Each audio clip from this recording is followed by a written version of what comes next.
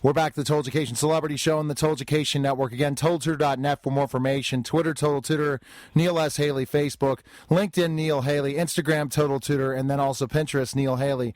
And I think that the Pittsburgh Steelers fans are going to start to get a little bit upset with me, especially with one of the major rivals, especially back in the day, the Jacksonville Jaguars. I've had David Garrard on the show. I've had Marcus Stroud on the show. But now this guy tore us up for many games, I remember. So I want to welcome the program former Jacksonville Jaguar and New England Patriot Fred Taylor. You're a Pro Bowler, 10,000-yard club. Fred, thanks for calling. Hey, Neil, I appreciate the very kind introduction. I was thinking for a second that the locals are going to think you're trying to sell them out, man. That was a pretty good greeting right there, but I appreciate you for having me this morning. I apologize. No, that's not a problem, Fred. It's a situation where we have to look at this in certain ways. I've had Steelers, mostly former Steelers, and I'm always telling them, all these other teams are reaching out to me, and they're our rivals. So, I've had a lot of Baltimore Ravens on, and I'm like, okay, guys, when is it New England Patriots? I said, I'm waiting for more Steelers. But, again, you guys you do such tremendous stuff, and foundations is what I really like to focus on my radio show. So, Fred, let's go ahead and talk about when you started the Fred Taylor Foundation. Tell us about that. Well, we began the Fred Taylor Foundation in 2009, and I remember specifically that being the year because I was in New England, having gotten released from Jacksonville. I was in New England, and I sustained an injury. I had a severe high ankle sprain that resulted in me missing 10 games. But early in the injury, I remember vividly being in my living room down there in Providence, Rhode Island, sitting there, and then I felt the sensation to have to use the restroom. And my bedroom was only, let's say, 10 yards away, maybe, less than that. And I remember having the struggle to get up off the couch, get on the crutches. The blood rushed downward towards the ankle, and the pain was just excruciating, and that journey felt like forever. The 10 yards felt like 100 yards, and immediately a thought came to my mind. Throughout my career, I would always ask myself, why me? Why me? And then my grandmother, very religious woman, she would say, never question God. So I was like, Grandma, I'm not questioning God. I'm questioning why me. But she said, just give it a chance and you'll be fine. So throughout that journey to my bedroom, a thought came to my mind. I said, I want to start a foundation. I want to be able to give back to those kids with physical disabilities because I felt then in my mind that, they're unhappy about their disability, but as I've learned that they're normal. They think that they're just normal as everyone else, and to them they are. They definitely are. But for us who think we're normal, we take simple things as walking for granted. So that thought that entered my mind, I've always given back to others. Foundations, but the thought that entered my mind at that particular moment was, I want to do this, and I want to, be able to encounter those individuals and see the smiles on their faces myself, because I work hard for everything that I've earned. So I want to be able to get back to the physically disabled, whether temporary or permanent, as well as those kids in the underprivileged and distressed communities such as my hometown of Belgrade, Florida. So that's how the whole concept of the Fred Taylor Foundation came to fruition. Well, it's interesting to hear, Fred, that through adversity, through, an injury pretty much ending your career, because, again, you could have continued to play for sure with, it didn't seem like you were slowing down. Even the older you're getting, you still were running like the younger running backs, just a really top-notch running back. And then the injury happened, and then thinking of the injury and thinking about, kids with physical disabilities, or it's simply a great idea, because a lot of them, we talk about, after-school programs or different things, which is part of your foundation, but you're focusing on an an area that truly kids with physical disabilities need help. They truly they need emotional help to get through certain things, and they also need financial help in certain ways. So it's fantastic you decided on that being the focus of your foundation. Yes, it was easy. I mean, it was really a no-brainer, and I would like to do more. But as we spoke about prior to starting the interview, in this day and age of the economical downturn a couple of years ago, soliciting the funds and getting contributions and support to foundations has gotten a little harder over the past couple of years. But I'm not going to give up. I know those kids at kids hospitals, when I do the after-school program, to see the smiles on their faces, for me, that's what it's all about. And I'll fight to the very last breath to try and, do something just so I can see those smiles on their faces. But at that particular point in time, man, I just thought this would be a great idea just to go in there and just give back. It feels good to give back. Adversity, right? It writes our story. It defines us. It builds our character. And for me, I didn't want to be selfish at that point in time. I could have done anything, but I wanted to, find a way to get healthy, number one. Thankfully, that thought did enter my mind. And I wanted to try and help my teammates. Those were, the things that were my priority sheet, and those were the things that I got done. And I want to continue to build. We're in the process of actually trying to rebrand the foundation because, like I said, throughout that downturn, it was tough. It was struggling. At once, I was a little frustrated. I want to do more. And, I thought of, just folding the thing. But, a lot of people are dependent on me. We do turkey drives back at home at Belgrade, Christmas giveaways.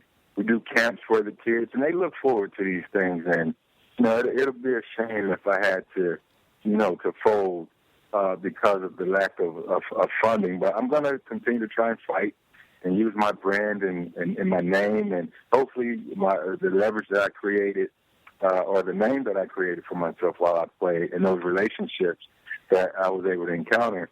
I want to try and use those to try and, parlay it to help the kids as need be.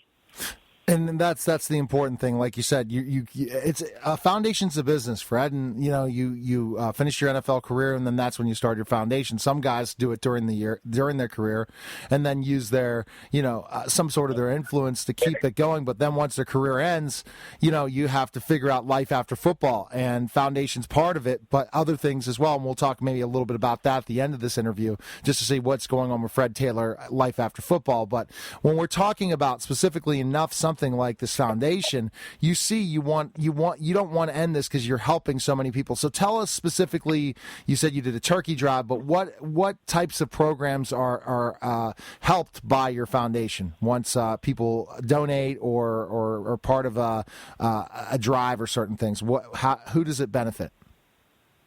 Actually, it benefits the community. As again I mentioned earlier, that Belgrade, Florida, demographically very impoverished and distressed community, and a lot of crime, a lot of violence, much more than when I was growing up, than when a former Steeler, my cousin, Santonio Holmes, when he was growing up. Things have changed, and there's a lot of negative influence out there, and our main goal is we partner with the Boys and Girls Club, Palm Beach County, and right there, situated in Belgrade, there's a facility that we've actually partnered with that oversees the turkey drive. And we provide, this year we provided over 400 meals for the families.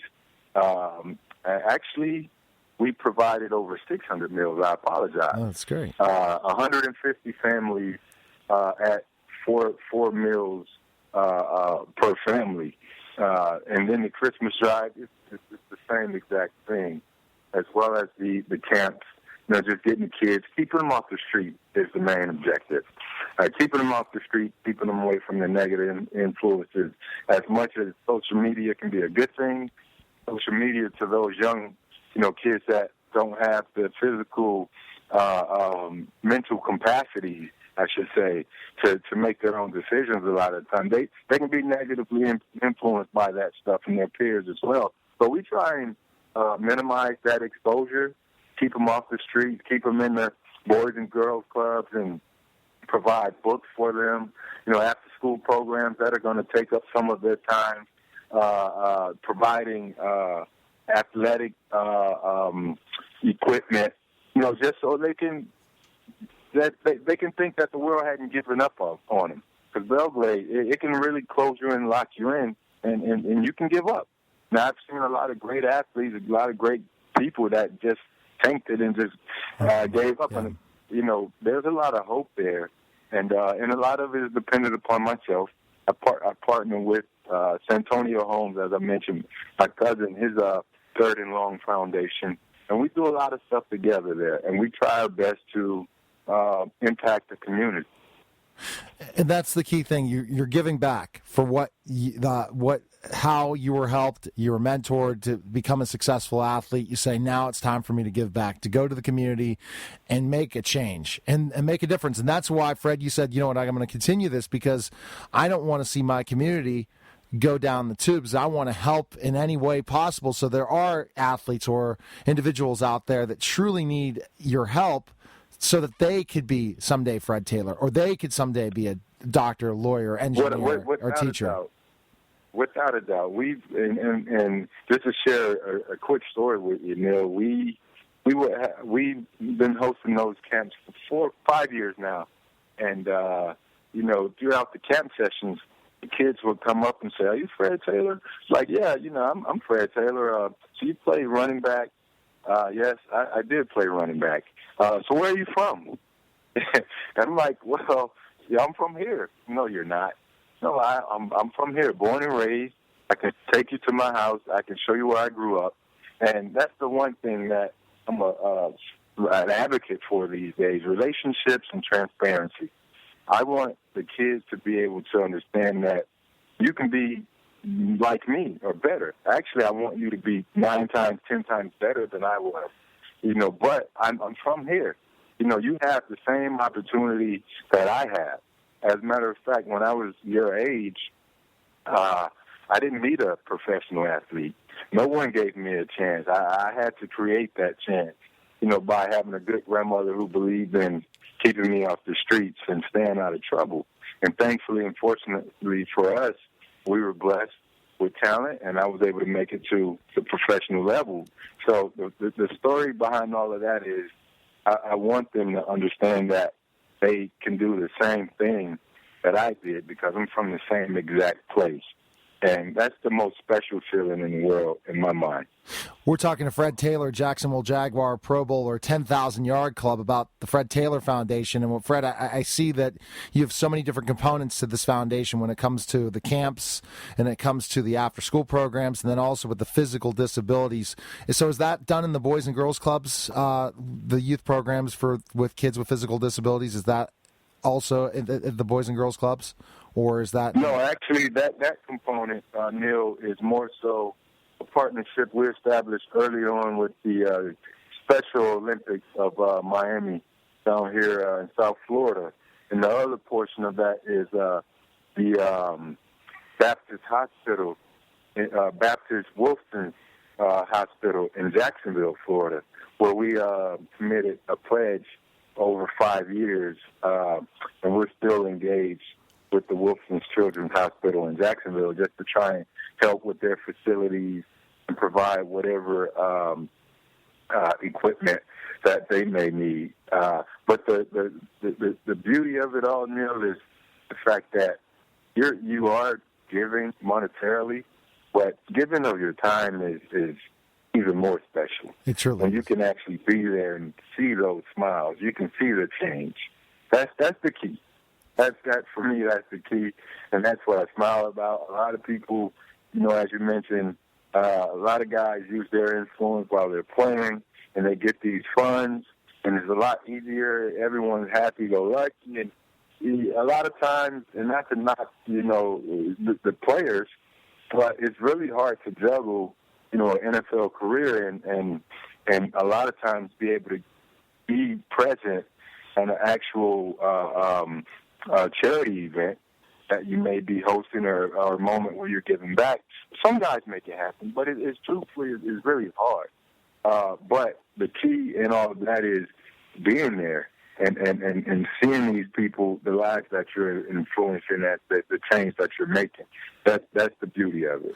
It definitely is, Fred, and that's a great point you brought up about, again, you're hands-on with this foundation. You have help, but you also are hands-on to see the success of this. And when you're playing in the NFL, a lot of times someone else is running it, and you don't get the opportunity to really be present. And I could tell, Fred, you're definitely present by taking the kids that from the camp down to where you lived and say, hey, I'm from this town in Florida, Belgrade, and you could too. You could be Fred Taylor someday. What a tremendous role model and influence that is to say you could do whatever you want to do, and I'm here and I'm giving back to the community in so many ways. And what your foundation does is raise monies for the camps, the after-school programs, feeding kids, but also the physical disabilities with the Special Olympics and Children's Hospital. So you do so many fantastic things. So where, Fred, can we find information on your foundation and learn more about how we could donate to the Fred Taylor Foundation? As I mentioned, we have a website, and we, as I mentioned a second ago, we are in our rebranding stages, but there's plenty enough information on FredTaylorFoundation.com, or you could email me, or actually the foundation at Taylor Biz, B-I-Z, at me.com. And there's plenty ways that we will be able to get back to you. But again, we're going to rebrand this thing, and we're going to be extremely successful.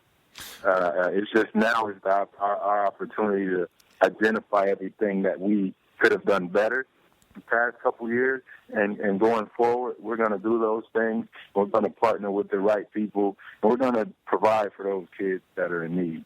I can guarantee you that.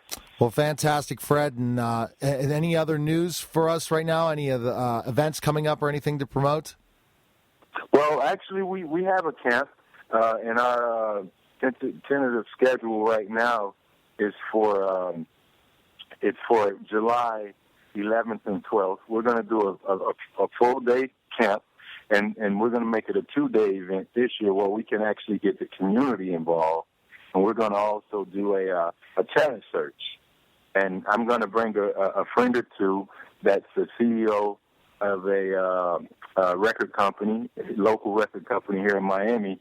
And we're going to see if the talent can get out there and see if they can impress upon Mr. Lucas here, and maybe something can come of it.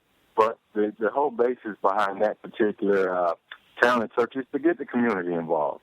Again, we could do a celebrity basketball game, but I fear for injury for the guys that are still active, and the community isn't necessarily involved other than watching from the stand. So we want to actually get them out to perform and participate, have the local vendors come out, give them an opportunity to, brand their businesses and provide different foods and beverages and, whatever it is they may have. So we're actually finishing up the planning right now, but the dates are set for July 11th and 12th. That's a camp here. I'm hosting a camp in Jacksonville, myself and Pro Camps, July the 1st and 2nd there in Jacksonville. But we're just building. We're going to continue to build, and it's going to be special as we go.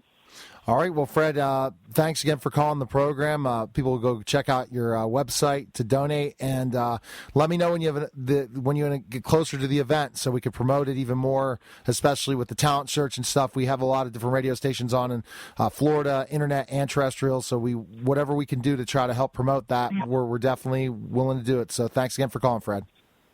I really appreciate the opportunity, Neil. Thanks a whole lot. All right. Take care, Fred. I'll see you later. All right, likewise. Bye-bye. You're listening to Total Education Celebrity Show on the Total Education Network, and we'll be back in just a moment.